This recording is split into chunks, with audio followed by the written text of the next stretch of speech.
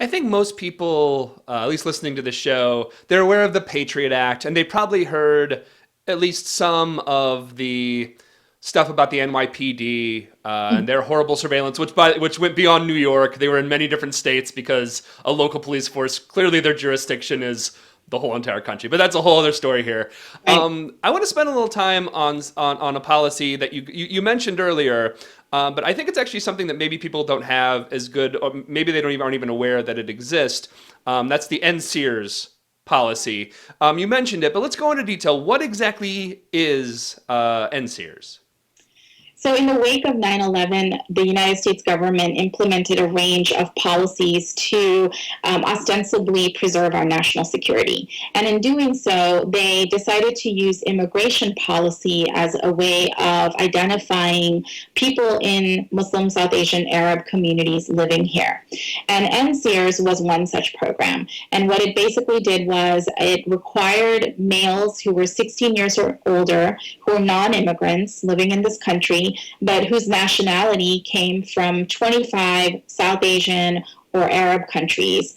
And these countries were all Muslim majority countries for the most part. And so if you came from one of those countries, if you were male, if you were 16 years or older and a non-immigrant, then you were required to register with your local immigration office. And what we learned as advocates when community members went through this process is that they were asked questions that had nothing to do with their immigration status or their immigration history. They were asked questions like, where do you pray?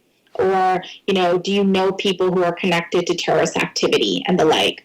And about 83,000 men complied with special registration, and over 13,000 of them were put into deportation proceedings. And this is one of those policies that, to be quite honest with you, fell under the radar of the general public. It is not something that necessarily got, headline attention, but it is a blatant form of profiling on the basis of national origin and faith, again, ostensibly under the guise of national security. Nobody who went through this process was revealed to be a terrorist or had any sort of terrorist leanings or activities going on. And the impact, though, of this policy of profiling in the name of national security is that it had a devastating toll on our communities. Small businesses had to shut down. Men who were breadwinners were deported. And, family structures had to change in this country.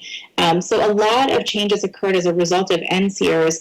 And unfortunately, we're continuing to see some echoes of NSEERS today. So, for example, when Donald Trump talks about issuing special ID cards to Muslims, well, we've already done something like that with NSEERS in this country. It's a form of targeting people, again, on the basis of their perceived or actual faith or national origin.